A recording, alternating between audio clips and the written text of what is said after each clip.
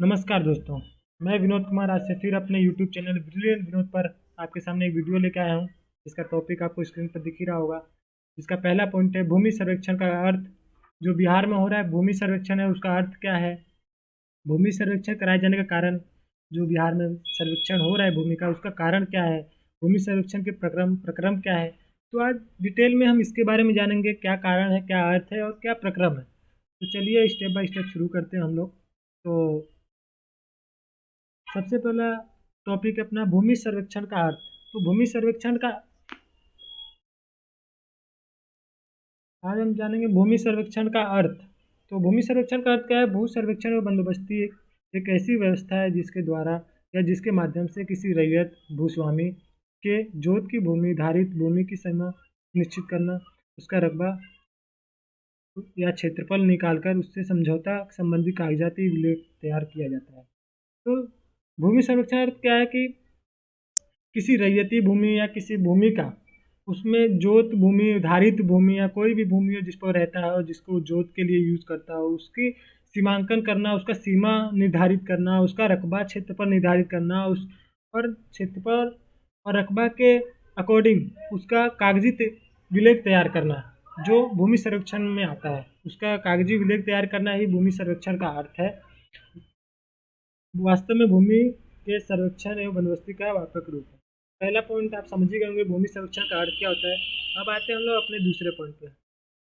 दूसरा पॉइंट ये है कि भूमि सर्वेक्षण कराए जाने का कारण, बिहार में हो रहा है जो भूमि है उसका कारण क्या है, क्यों हो रहा है ये भूमि सर्वेक्षण। तो इसके कारण को हम समझेंगे कि भूमि का सर्वेक्षण कराए जाने की प्रक्रिया एक विशेष एवं समय साध्य प्रक्रिया है, बहुत टाइम लेने वाली एक प्रक्रिया है।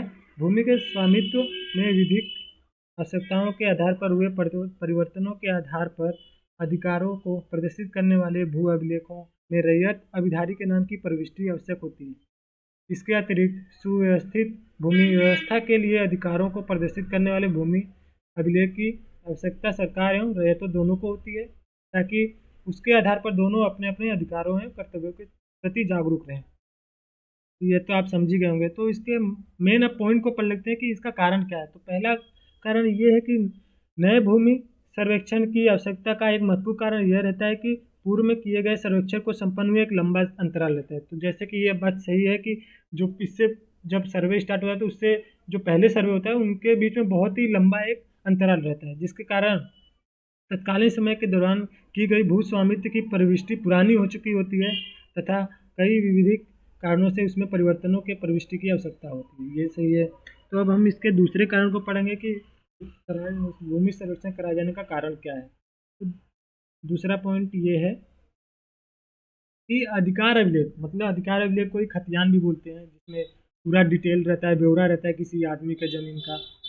तो खतियान एवं नक्शा अत्यधिक लोक व्यवहार के कारण जीर्ण शीर्ण स्थिति में होते जाते हैं। जैसा कि आपको पता है बार बार यूज होता है, एक ही चीज़ को पेज को आपको अगर एग्जांपल के तौर माने एक ही पेज को बार बार यूज करेंगे तो वो भी एक खराब टाइप का हो जाता है, मतलब खराब होने लगता है, तो उसको भी सही करना होता है। तो वही खतियान बना रहता है, तो उसको लोक व्यवहार के कारण जीर्ण शीर्ण स्थिति में आ जाते हैं। तो दूसरा कारण ये था। तीसरा कारण बहुत इंपॉर्टेंट है कि भूमि के वर्गीकरणों में हुए परिवर्तन। भूमि का जब वर्गी बढ़ता है, भूमि प्लॉट छोटे छोटे, आपको पता ही होगा कि पहले बड़ी बड़ी प्लॉट होते थे, अब तो जैसे जैसे जनसंख्या बढ़ती जा रही है प्लॉट भी छोटे छोटे होते जा रहे हैं। तो भूमि के वर्गीकरणों में हुए परिवर्तनों, उत्तराधिकारों, भूमि बंटवारा, लगातार होने वाले भूमि अंतरणों, बंजर भूमि, अधिग्रहित भूमि की बंदोबस्ती, नदियों का मार्ग परिवर्तन। जैसा कि आपको पता है कि नदियाँ भी अपना मार्ग परिवर्तन करती हैं, पहले जिस जगह बहती हैं अब उसको छोड़ के उनका भी धीरे धीरे रास्ता कटते जाता है और चेंज होते जाता है, जिसके कारण पहले जहाँ बहती थी वो ज़मीन बाहर आ जाती है नदी से, फिर और दूसरी ज़मीन पर वो बहने लगती है। और कृषि भूमि का भी विभिन्न परियोजनाओं के लिए अधिग्रहण, भूमंडलीकरण, व्यावसायिक गतिविधियों के कारण भूमि के उपयोग में होने वाले अधिकतम परिवर्तनों के कारण पुनः सर्वेक्षण कर अधिकार अभिलेख या खतियान नक्शे का निर्माण भू सर्वेक्षण कराए जाने का महत्वपूर्ण कारक तत्व होता है तथा भू सर्वेक्षण प्रारंभ किया जाना एक महती आवश्यकता होती है। तो जैसा कि इस थर्ड वाले पॉइंट से आपको पता चला हुआ कि उसकी इम्पोर्टेंस क्या है, उसका कारण क्या कराए जाने का। अब हम बात करते हैं तीसरा पॉइंट। जो अपना तीसरा पॉइंट है कि भूमि सर्वेक्षण के प्रक्रम, उस भूमि सर्वेक्षण कराने का प्रक्रम क्या है? यह मेनली दो प्रक्रम में बांटा गया है। पहला प्रक्रम क्या होता है कि इसके अंतर्गत पहले प्रक्रम क्या होता है कि जो भू नक्शा होता है वो एरियल एजेंसी द्वारा हवाई सर्वेक्षण के द्वारा तैयार किया जाता है, जिसमें ऊपर से एरियल फोटोग्राफी द्वारा ज़मीन का लैंड का फ़ोटो लिया जाता है, जिसको वो लोग फ़ोटो लेके मैप बनाते हैं, जो और मैप बना के भूमि के नक्शे की तैयारी कर लेते हैं।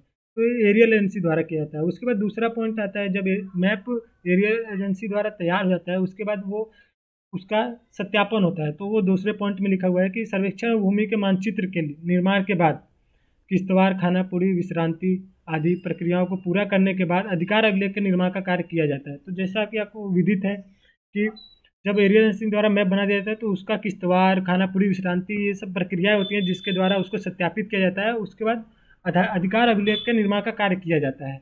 अधिकार अभिलेख के निर्माण के अंतर्गत खेसरा एवं उसके रकबा तथा खाता एवं भू लगान के प्रविष्टि की कार्रवाई होती है। अब जैसे पता है अधिकार अभिलेख बनेगा तो उसमें तो जरूरी खेसरा, खाता, रकबा एवं उसका भू लगान होता है। तो जब कोई खतियान होता है तो उसमें क्या डिटेल होता है? यही डिटेल होता है, खाता क्या है, खेसरा क्या है, रकबा क्या है उसका। और उसके बाद रकबा के बाद सबसे मेन पॉइंट आता है जो सरकार द्वारा लगाया जाता है कि उस पर लगान कितना है, भू लगान कितना है। ये सरकार की गाइडलाइन द्वारा लगाया जाता है। तो भू लगान के प्रविष्टि की कार्रवाई हो सकती है। तो ये आप समझ गए होंगे। इस क्रम में सरकारी भूमि, उस पर अधिकार आदि का उल्लेख होता है। अंतिम प्रकाशन के बाद जब खतियान निर्माण कार्य पूरा कर लिया जाता है तो ग्राम को प्रमाणित हुआ ग्राम कहते हैं। जब आपको पता है कि जब उसका खतियान निर्माण हो गया, पूरा खतियान बन गया, अधिकार अभिलेख तैयार हो गया, तो उस गांव को, उस मौजे को गांव भी कहते हैं, उसी को मौजे भी कहते हैं। उस गांव को प्रमाणित हुआ ग्राम कहते हैं। तो ये थी आज आप अपनी छोटी सी वीडियो जिसमें हमने आपको 3 पॉइंट बताया। तो अगर आपको अभी भी समझ में ना आया हो तो कोई भी दिक्कत हो आप कमेंट करके ज़रूर बता सकते हैं। डिस्क्रिप्शन बॉक्स में व्हाट्सअप नंबर भी है, उस पर भी आप कॉल करके बता सकते हैं, मैसेज करके बता सकते हैं। और please guys like and subscribe करना मत भूलिएगा। तो थैंक यू।